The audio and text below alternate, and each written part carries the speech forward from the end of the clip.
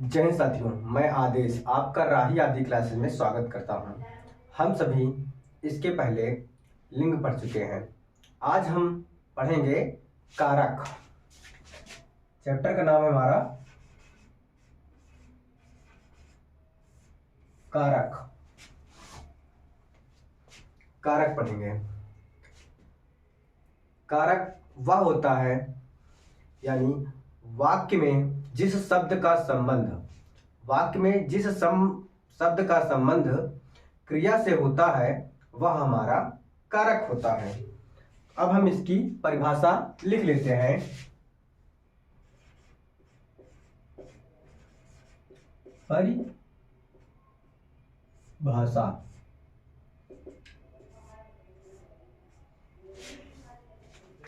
परिभाषा क्या है? वाक्य में जिस शब्द का संबंध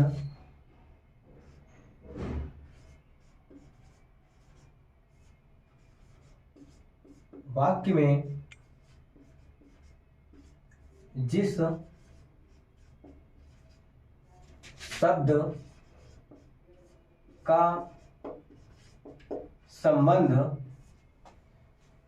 शब्द का संबंध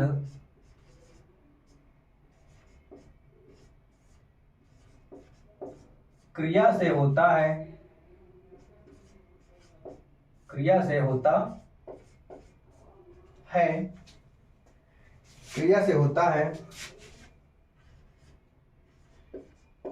उसे कारक कहते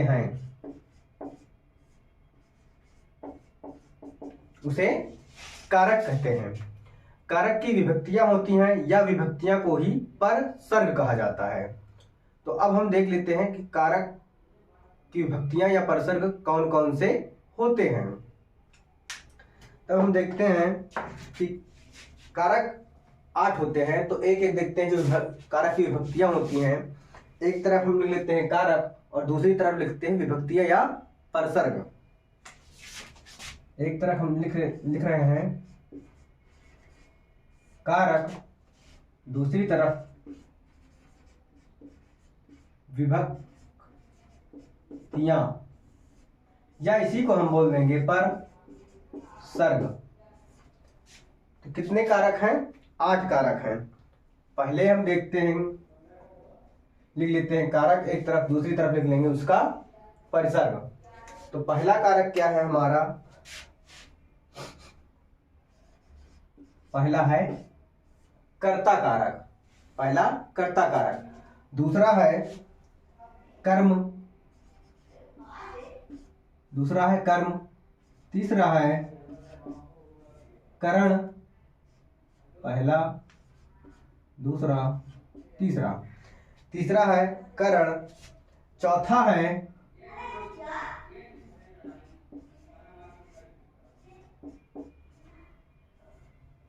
है संप्रदान। पांचवा है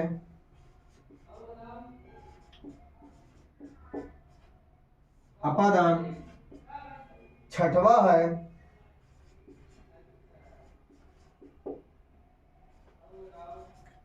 संबंध। अगर हम यहाँ बिंदी रख दें तब भी सही होता है। संबंध बस जब वर्तनी में पूछेगा तब हमें ध्यान देना पड़ेगा। छठा हो गया संबंध। सातवां है अधिकरण। ये हमारा धा है अधिकरण। आठवां है संबोधन। अब हम इसका लिख लेते हैं क्या? विभक्तियां या परसर्ग। कर्ता का क्या होता है? कर्ता ने आप लोगों ने रटा होगा या याद किया होगा। कर्ता ने कर्म को करण से, अपादान संप्रदान के लिए अपादान से, संबंध काकी के नानी ने रारी रे, अधिकरण में या पर, संबोधन हे हो अरे, इस तरीके से। तो कर्ता का विभक्ति क्या होता है? ने होता है। और कर्म का को होता है। कर्ता ने कर्म, फिर आया क्या? से आया। क्या आया? से आया। कर्ण से ये वाला से होगा जुड़ने के अर्थ में। फिर क्या है, संप्रदान। संप्रदान का क्या होता है, संप्रदान के लिए। फिर क्या है, अपादान से। लेकिन ये क्या होगा,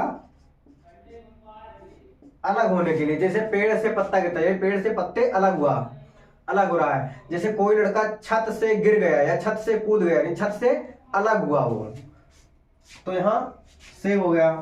संबंध में लिख लेते हैं, का, की, के, ना, नी, ने, नानी ने, रारी रे, ऐसे हो जाएगा। फिर अधिकरण आया है, अधिकरण का क्या होगा, में, पर। संबंध क्या होगा, हे, हो और अरे। ये हमारा क्या हुआ, संबोधन हो गया।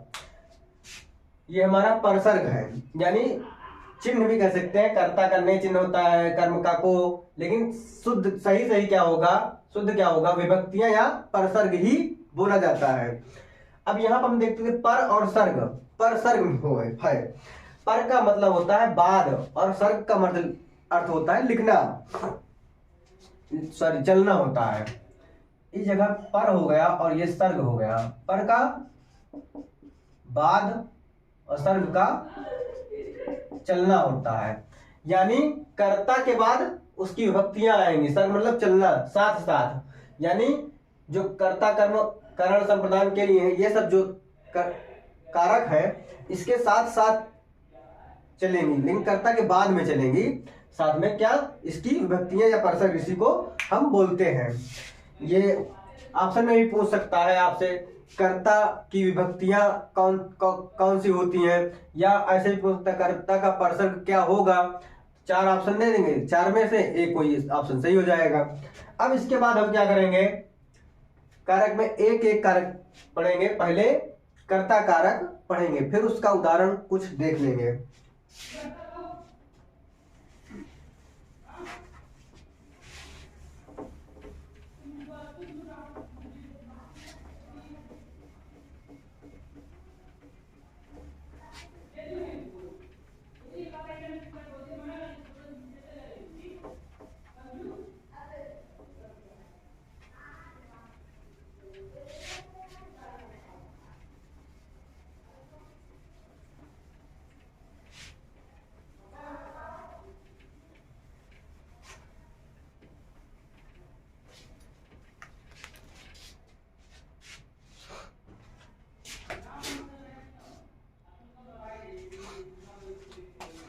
हम पहला देखेंगे कि कर्ता कारक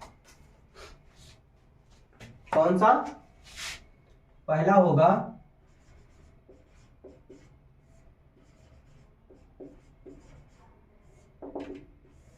कर्ता कारक।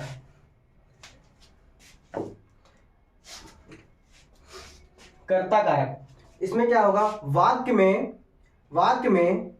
क्रिया के द्वारा, वाक्य में क्रिया को कार्य करने वाला, क्रिया को कार्य करने वाला, यानी जो कोई कार्य करेगा, जो व्यक्ति कार्य करेगा वही हमारा कर्ता होगा। अब वो संज्ञा भी हो सकती है और सर्वनाम भी हो सकता है। तब यहां पर हम देखेंगे क्रिया के लिए कार्य कौन करेगा। तो अब हम इसकी परिभाषा लिखते हैं, वाक्य में क्रिया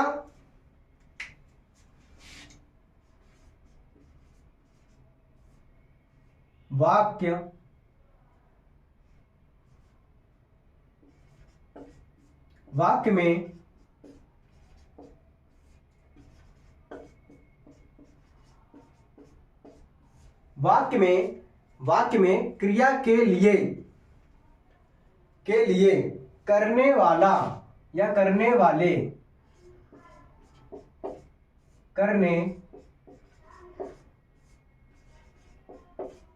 करने वाले को या करने वाला को क्या कहते हैं? कारक कहते हैं।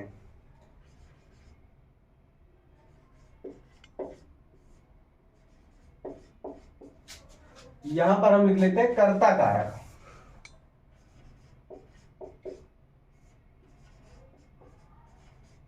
उसे कर्ता कारक कहेंगे। क्या कहेंगे? कर्ता कारक। इसकी विभक्ति जो होगा कर्ता कारक, इसमें ने लगा रहेगा। इसकी विभक्ति साथ साथ आएगी। क्या आएगी? ने आएगी। ये हमें ध्यान देना है। चाहे हम कर्ता कारक पढ़ेंगे, चाहे कर्म कोई भी कारक पढ़ेंगे, आठों कारक में से जो भी हम उदाहरण देखेंगे उसका वाक्य में, तो वहां पर उस चीज का जो भी कारक पढ़ेंगे उसकी विभक्ति या परसर्ग अवश्य ही रहेगा। अब हम इसका उदाहरण देखते हैं कि जैसे उदाहरण में मान लो कोई व्यक्ति है, रामू ने खाना खाया। यहां पर ने विभक्ति या ने परसर्ग भी कह सकते हैं हम, वो आ रहा है। तो यहां पे क्या है? रामू ने खाना खाया।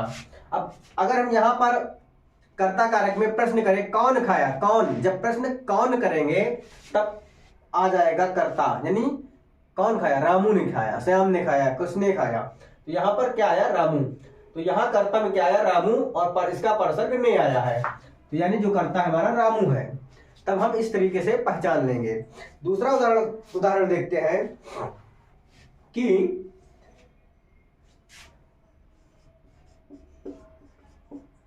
सीता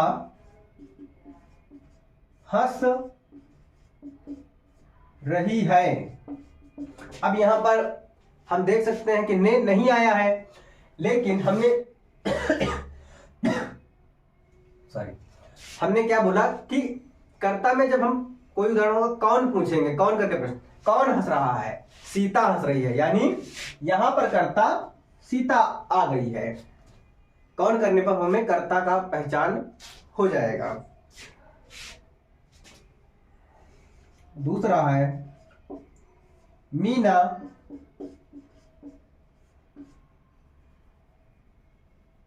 गाती है। तो हम फिर प्रश्न करेंगे कौन गाती है? कौन गाती है? मीना गाती है। कौन करने पे हमें कर्ता का पहचान हो रहा है, कौन? मीना गा रही है। फिर उसी प्रकार से हम देखें तो विकास ने एक सुंदर पत्र लिखा। क्या है उदाहरण? कि विकास ने एक सुंदर पत्र लिखा। यहां पर क्या आया? परसर्ग आया और विकास आया। किसने लिखा? विकास ने एक सुंदर पत्र लिखा। अब यहां पर हम इन उदाहरणों के माध्यम से देख लिए हैं कि कर्ता कारक क्या होता है। अब हम दूसरा देखेंगे कर्म कारक। कौन सा? कर्म कारक।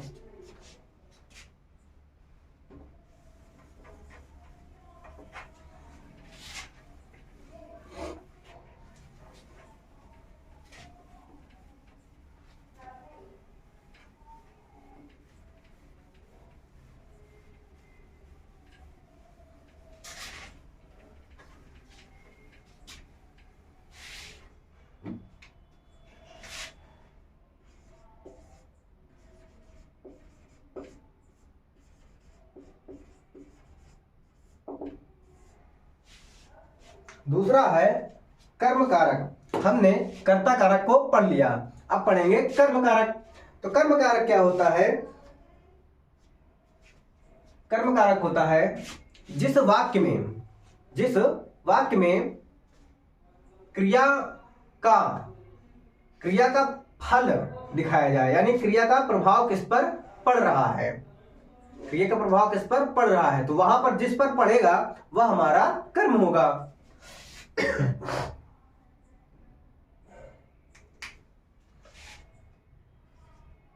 जिस वाक्य में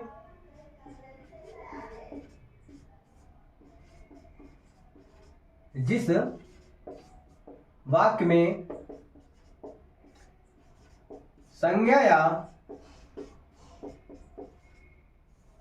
सर्वनाम, जिस वाक्य में संज्ञा या सर्वनाम सर्वनाम के जिस रूप में प्रभाव पड़ेगा, जिस रूप पर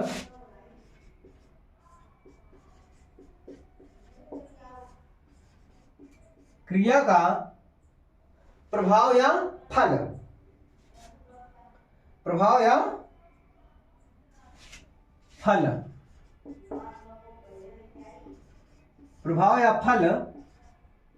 पड़ता है, जिस वाक्य में संज्ञा या सर्वनाम के जिस रूप पर क्रिया का प्रभाव या फल पड़ता है उसे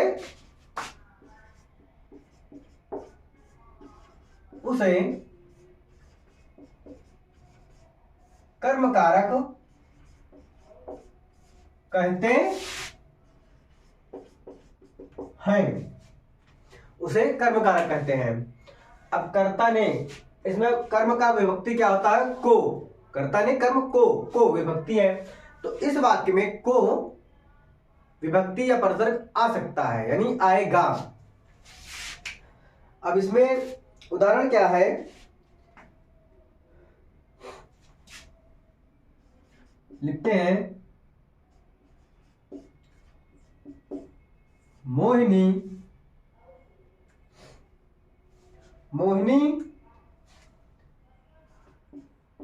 ने चोर को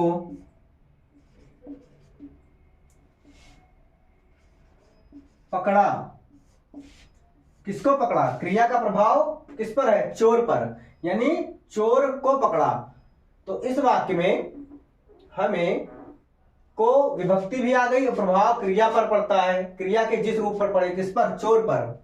तो यहां पर कर्म कारक आ रहा है, कौन सा? चोर। चोर जो है, चोर को कर्म कारक हो गया है।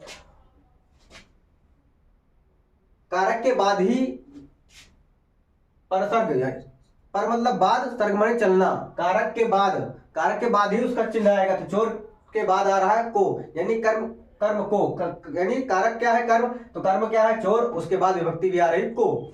तो यहां पर क्या है? मोहिनी ने चोर को पकड़ा, यानी चोर को जो हो गया वो हमारा कर्म कारक हो गया। अब इसके बाद देखते हैं कि दूसरा उदाहरण है,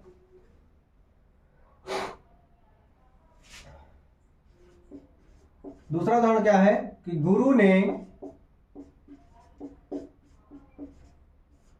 शिष्य को शिक्षा दी। यहां क्या आ गया? शिष्य को। किसको? शिष्य को शिक्षा दी। यहां पर भी क्या है कि कर्म के बाद उसका चिन्ह विद्यमान है, यानी आया हुआ है। किसको? शिष्य को। तो ये हमारा हो गया कर्म कारक। इसका और उदाहरण देखते हैं, जैसे अजय ने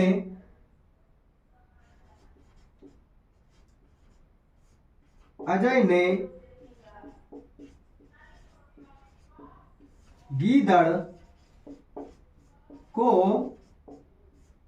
मारा, यानी अजय ने किसको मारा? गीदड़ को मारा। गीदड़ को, यानी कर्म कारक है तो कर्म के बाद उसकी विभक्ति भी आई हुई है। तो यहां पर हम इस तरीके से समझ लेंगे। सबसे याद रखने की बात क्या है, ध्यान देने की बात क्या है कि जो हमारे आठों कारक हैं उसकी विभक्ति, या फिर यूं कह लें हम कि उसका जो परसर्ग होता है वो हमें याद होना चाहिए। जब याद रहेगा तो जो भी हमारा सेंटेंस रहेगा उस हिसाब से हम अंदाजा लगा ले जाएंगे, यानी हम पहचान जाएंगे कि कौन सी विभक्ति आ रही है। जैसे इसमें आ तो रही है, बट क्रिया का जो प्रभाव हो रहा है वो किस पर है? गीदड़ को मारा। मारना क्या है? मारना, यानी मारना हमारी क्रिया है। किसको मार रहा है? गीदड़ को। देना, शिक्षा देना, क्रिया हो गई शिक्षा देना। देना मतलब क्रिया, क्या दे रहा है? शिक्षा दे रहा है। शिक्षा देना हमारी क्रिया है, लेकिन किसको दिया जा रहा है? किसको? शिष्य को। किसको? शिष्य को। यानी कि यहां पर हमारा प्रभाव क्रिया क्रिया पर प्रभाव किसका पड़ रहा है? कर्म का। कर्म क्या है? शिष्य। यहाँ भी पकड़ना, किसको पकड़ना? चोर को पकड़ना। तो यानी यहाँ से हम इस तरीके से ध्यान जब देंगे तो क्रिया का प्रभाव किस पर हो रहा है, कर्ता का प्रभाव कहाँ हो रहा है, तो जो हमारा परसर्ग है, विभक्तियां हैं, ये याद होंगी तो हम आसानी से पकड़ सकते हैं, और थोड़ी सी उसकी परिभाषा ध्यान देना है बस। तो आज की क्लास को हम यानी समाप्त करते हैं। यानी जो हम कारक पढ़ रहे थे, आज 2 कारक पढ़ा है, कर्ता कारक और कर्म कारक। इसके बाद हम कल देख लेंगे तीसरा, कर्ता ने कर्म को करण, यानी करण कारक, संप्रदान कारक, अपादान, ये जो भी है, अब 8-6 कारक अभी बचे हुए हैं। इस क्लास को हम आगे अब कल पढ़ेंगे। आज के लिए यहीं पे क्लास को समाप्त किया जाता है। बस जाते जाते आपसे एक ही रिक्वेस्ट रहेगी, इस क्लास को आप लाइक कीजिए, अपने सभी साथियों, दोस्तों, घर परिवार सभी से कहिए सब्सक्राइब करें, या आप खुद कर सकते हैं, किसी का मोबाइल लेके कर दीजिए। सब्सक्राइब करने के कोई चार्ज यानी पैसे तो लगते नहीं है, बस मोबाइल किसी से 1 मिनट के लिए मांगो और सब्सक्राइब कर दो। सब्सक्राइब कीजिए, और आपकी जो राय हो वो हमें अपने कमेंट के माध्यम से बता सकते हैं कि कैसा पढ़ाया जा रहा है, अच्छी है, अच्छा पढ़ाया जा रहा है, अच्छी पढ़ाया जा रहा है, नाइस, जो भी आप कहना चाहें कह सकते हैं, या आपकी राय जो भी है कि आप सुधार करें तो मैं थोड़ा सा सुधार भी कर सकता हूँ। बस आज की क्लास को यही समाप्त करते हैं। धन्यवाद। जय हिंद।